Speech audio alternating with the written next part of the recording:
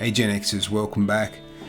In this video, I'm going to give you 10 reasons why you should buy and own a Suzuki V-Strom 650. In particular, the model I've got, which is the Gen 2 2013 model, which I still think is one of the better models. Even the ones that came after it, I would rather have this than the later ones. Now, I'm not talking about the brand new ones, it's 2023. I'm talking about the model that followed this, and I'm talking about the model that preceded this. I still think this is one of the better bikes, right?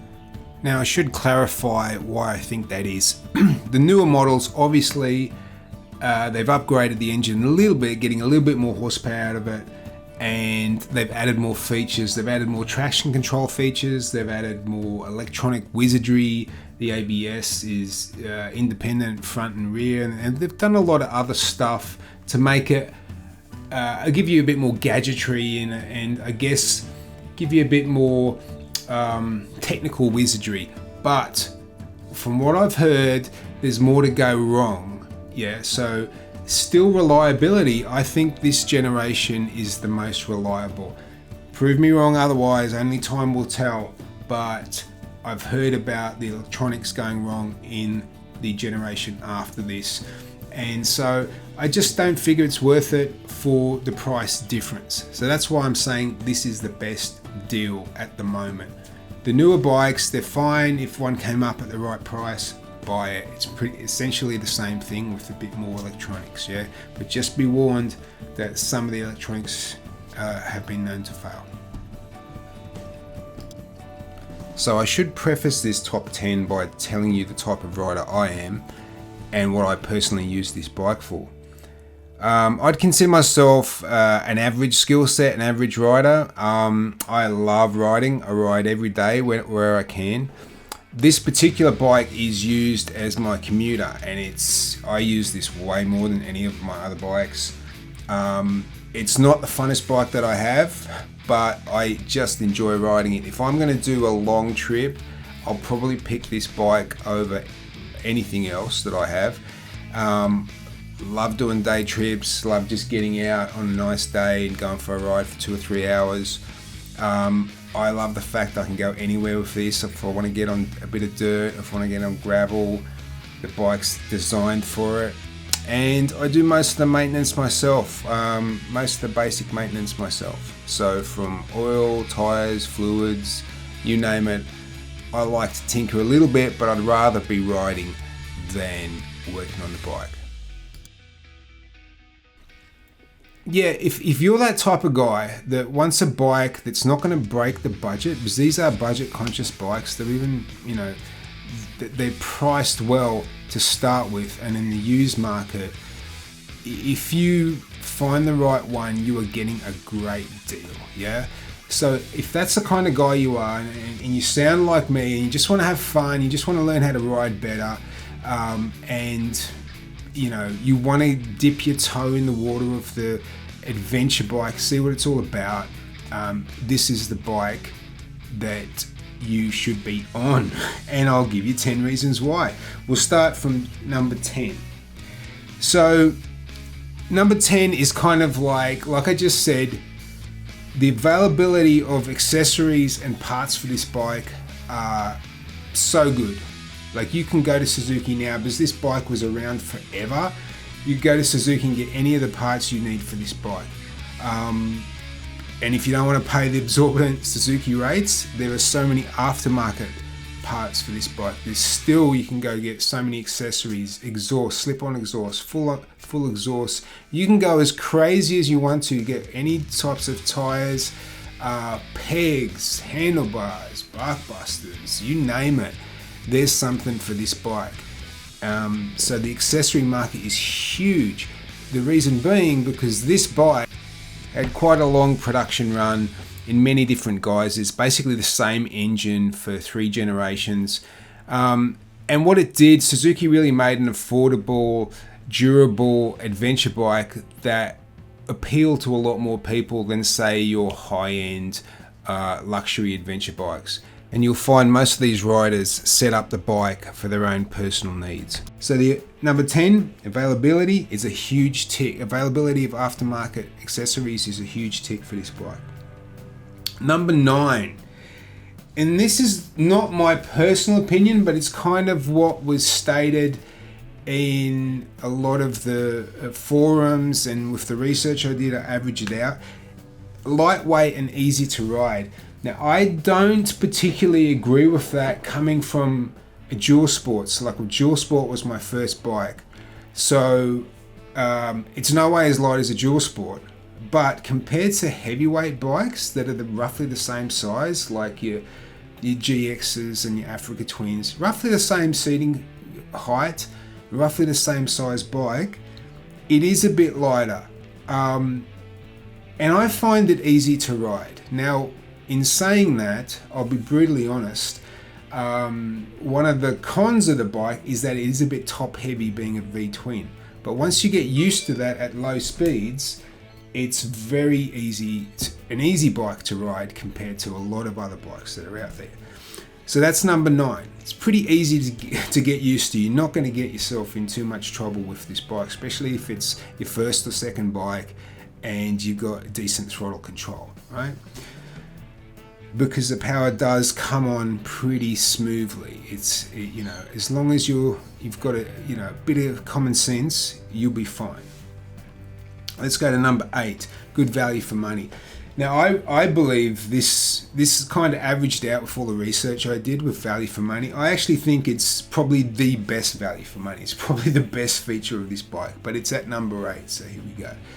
On the used market, people just use them, they buy them and they use them for 5 or 6 years, and so you sort of get a really good deal at the end of the warranty period, which is around 5 years if they get the extended warranty, 5 to 6 years. I don't know why that is, but you will always pick up a bargain of a bike at 5 to 6 years. And with the build quality of these bikes, it's been looked after if it's been, you know, a one owner bike. So the bike I bought, the bike you're looking at, there was one guy and he just rode it around and he threw a lot of Ks on it. So don't be afraid to buy a bike with a lot of Ks or a lot of miles, depends on what part of the world you live in, on the engine, because these are almost bulletproof as long as they're serviced, right? As long as you service them and look after them, they go forever. So this thing had like 90,000 kilometers on it,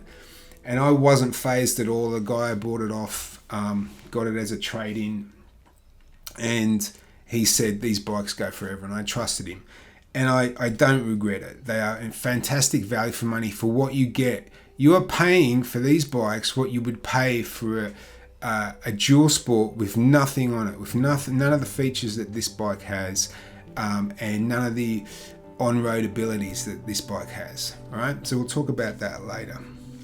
But let's go to number 7, low maintenance and the reliability. So I've put them together.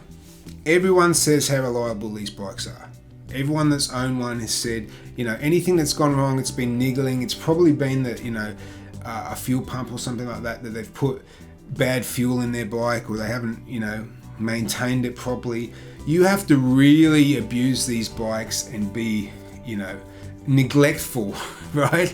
You need to be reported. You've been neglectful if your bike is becoming unreliable. You've thrashed it and you've done no maintenance on it, because these bikes are built like tanks. They have very long maintenance intervals, and they just keep going. As long as you don't abuse it and do ridiculous things and go on motocross. I've seen them on motocross tracks, like people doing YouTube videos of motocross tracks and stuff like that.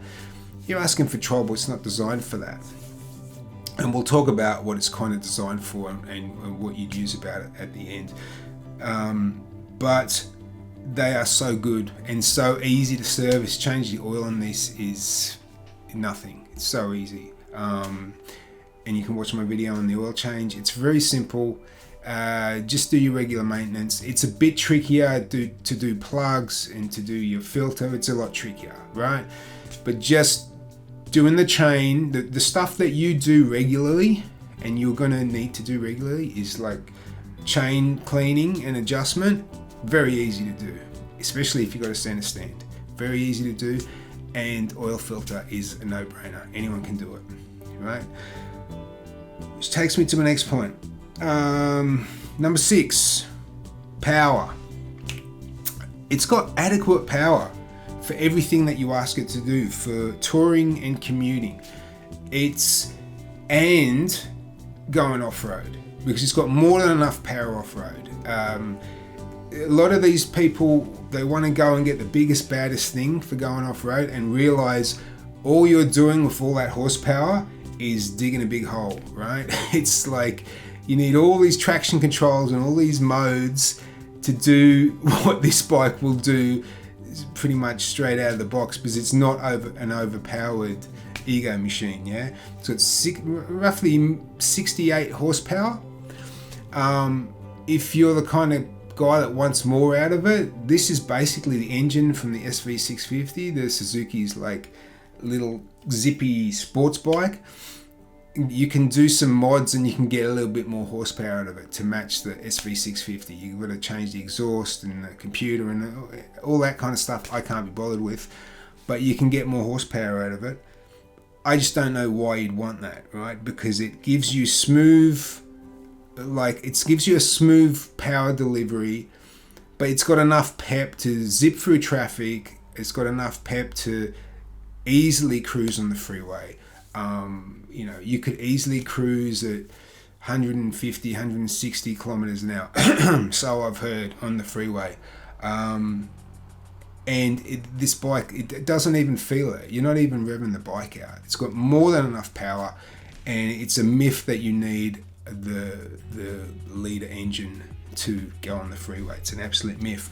Now, if you are loading it up and you're a heavy dude and you've got a missus that, it's got a bit of density and you've got full packs, that's where you'd need more torque and you need the bigger engine, right? But just for average two up with just some light traveling, I've never had a problem with it, and most people are quite happy with it, So brings me to the next point, the versatility and the capability, both on and off road. That's number 5. It is a hugely versatile bike. You will see people modify these bikes to be all sorts of things. My bike's pretty much set up for 95% or 99, maybe 96% touring. It's a touring bike, yeah. Essentially, this bike is more of a touring bike with a little bit of off-road capability. Now, people will argue with me and say it's got a lot of off-road capability. All you have to do is beef up the springs, drop the pegs, raise the handlebars, put the right tires on, and you do all these different things, and it handles off-road fantastically. Yeah, we'll go buy a dual sport, because pretty much you've turned it into a dual sport. They strip stuff off it. I don't know, they love the motor. I don't get it. Maybe that's why they do it. But to me, this is a touring / adventure motorcycle. And it all comes down to what your definition of adventure is. So my definition of adventure is being able to ride anywhere in Australia, not to fully remote, not doing desert, but any roads, graded roads, semi-graded roads, a bit of dirt, a bit of tracks, nothing silly. And this bike does it fine. I can go into farm stays. I don't have to worry about denting up my bike or scratching it or dropping it. That's what they're designed for. And that's the beauty of these type of adventure bikes, because there are, oils ain't oils when it comes to adventure bikes. But this particular one, I feel, is more of a tourer. So it's very versatile bike. But if you love more off-road, you can set it up for more off-road. But just remember, just how far are you going to go? Because then you may as well go and get a dual sport bike, or you may as well, you know what I mean? Because it's designed more for off-road than on-road.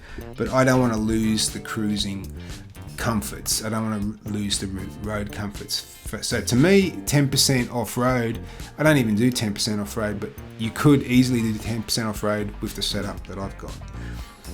Brings me to the next point. This bike, number 4, it's pretty fuel efficient bike. Like the tuning that they've got on it, you've really got to be an aggressive rider. I would say I'm an average rider sometimes, but I did do a lot of aggressive riding when I was doing courier work with this bike. You know, they claim 50 miles per gallon, so I don't know what that works out to in yeah, I'm not going to do the maths to work out what that is with liters per kilometer, but it's pretty good. I've never had an issue. You got a fuel gauge. Once you got a fuel gauge, you really don't have to worry. What's the big deal? Just pull up, stretch your back out, stretch your bum out, and fill up some fuel. I don't understand why people want, unless you're crossing the Simpson Desert or you're going like where there's not going to be very remote areas. It's more than adequate in the fuel department, and it's quite.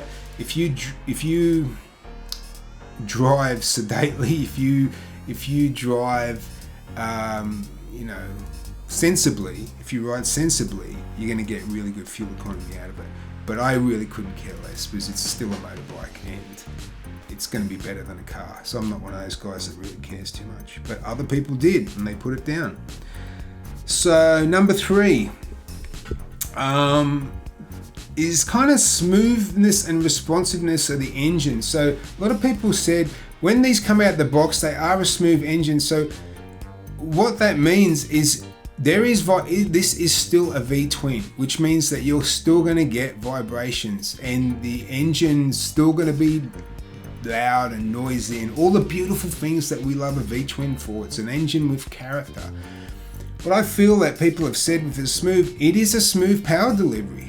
Like there's fewer bikes like this. That's why this bike is so popular. There's faster bikes, there's more efficient bikes, there's better bikes all around, but there's something about the character of this engine and its power delivery that is appealing, and once you get hooked on it, it's hard to let go. That's why people hold on to these bikes for a long time and have fun with them.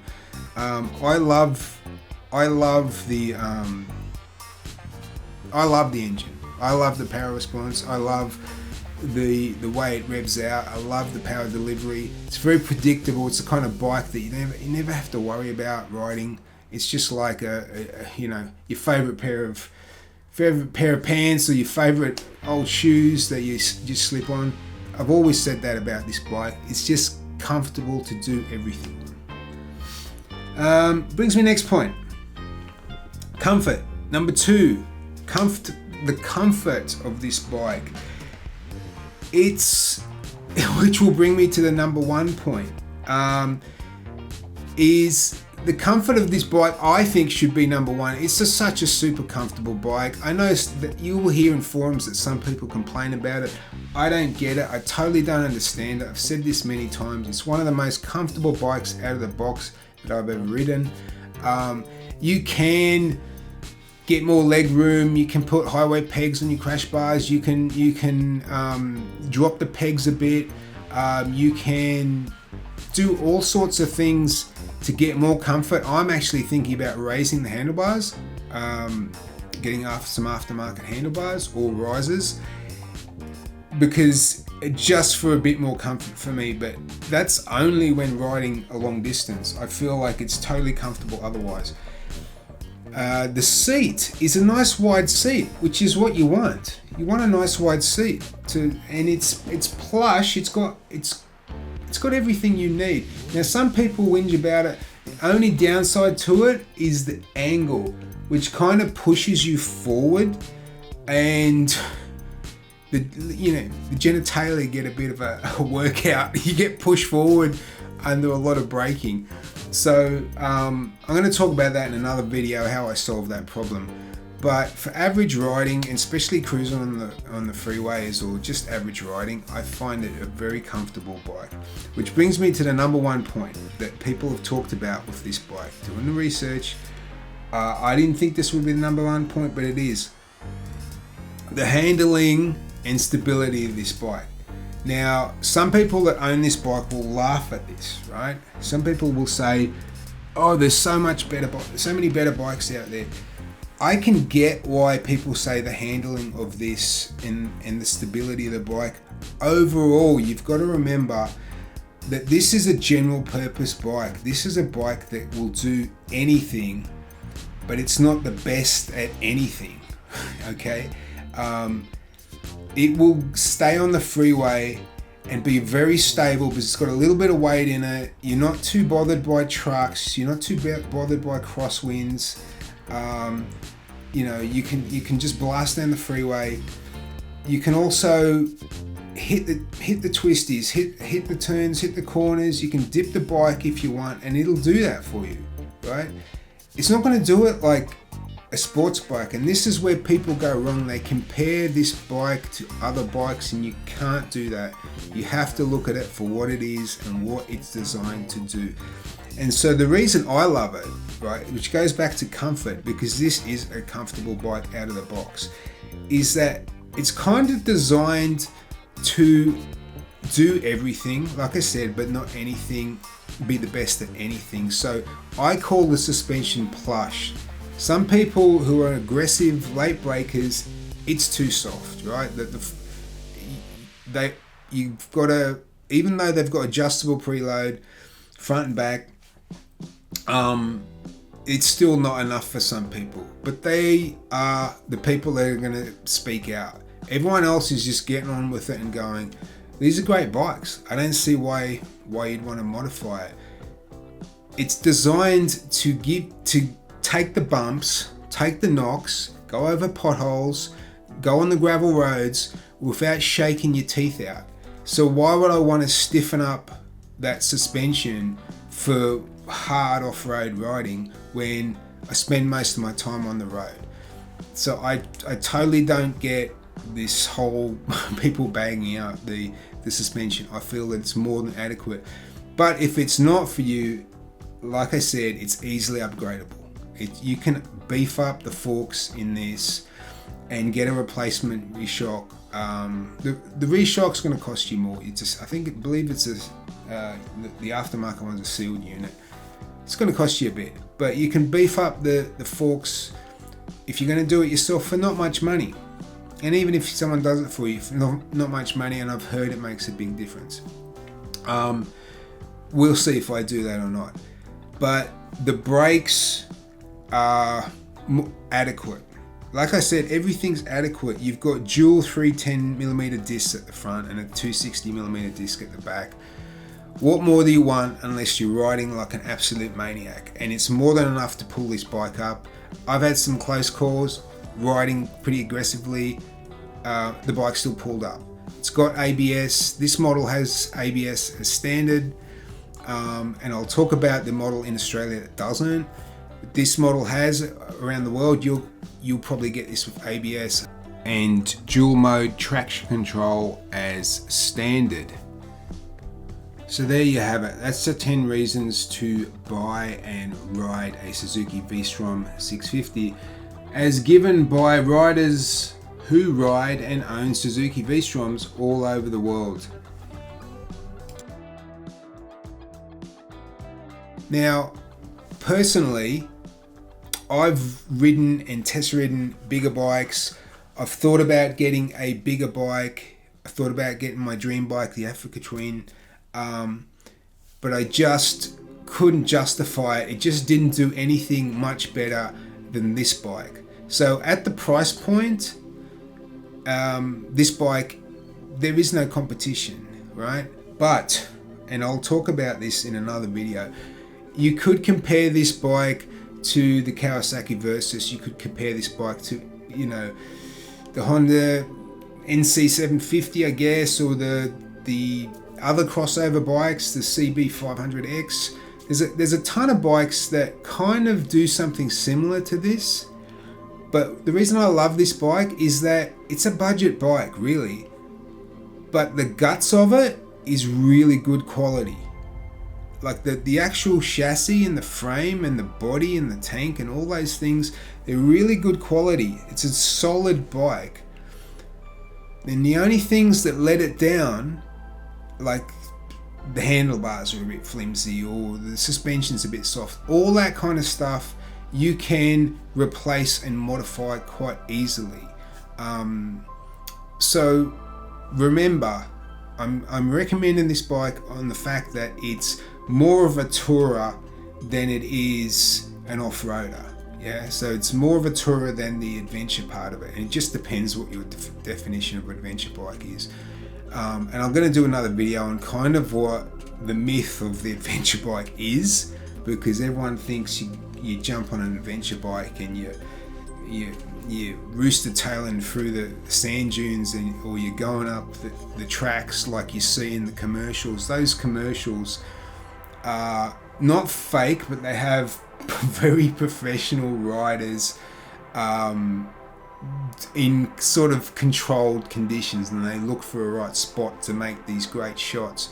The average guy that takes these bikes off-road, the average rider, and I consider myself an average rider, if you go on difficult trails, you'll be picking this bike up more often than you'll be riding it, and it just doesn't make sense. And it's the same for the bigger adventure bikes. So the reason I recommend this to you is that if you want an all-round bike that you can tinker with, play with yourself, enjoy the hobby, and take the missus out, have fun, but not break the bank, not be worried about dropping it, this is the perfect bike for you. I'd love to hear your comments. I'd love to hear if you're thinking about getting one of these bikes. If you have any questions, drop a comment. Otherwise, like, subscribe, and ride safe.